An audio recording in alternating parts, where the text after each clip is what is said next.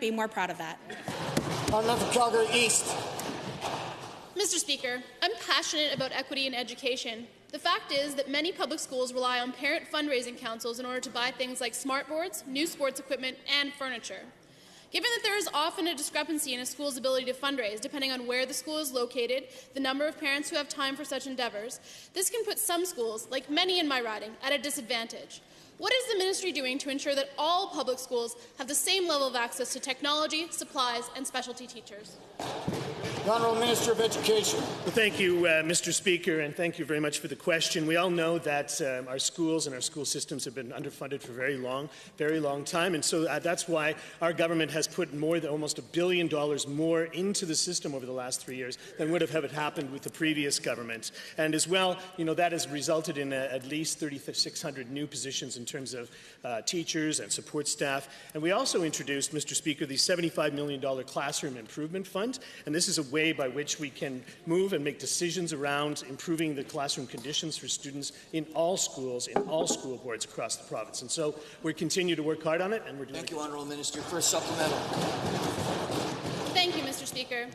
Given that St. Peter's School in Pembroke has had to tear down its playground due to safety concerns, and given that we are providing new schools with playground funding, and given that no school should have to fundraise for a playground, what opportunities are available to finance this playground?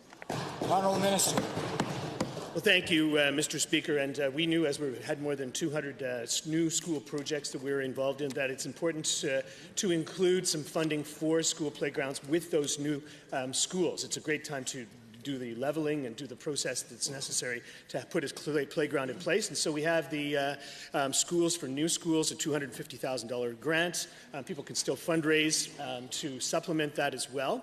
And for established schools and school playground programs, there is the Culture and Tourism Community Improvement Grant that can be applied for that can help to build and replace playgrounds.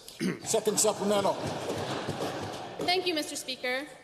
Given that schools often rely on these CFEP grants to buy a litany of things, from band uniforms to computers, and given that these grants require matching funds, what is the department doing to reduce schools' reliance on these culture and tourism grants for things that many would consider essential?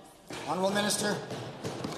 Thank you, Mr. Speaker, and certainly we are aware that there's more work to do in regards to strengthening our public education system and schools.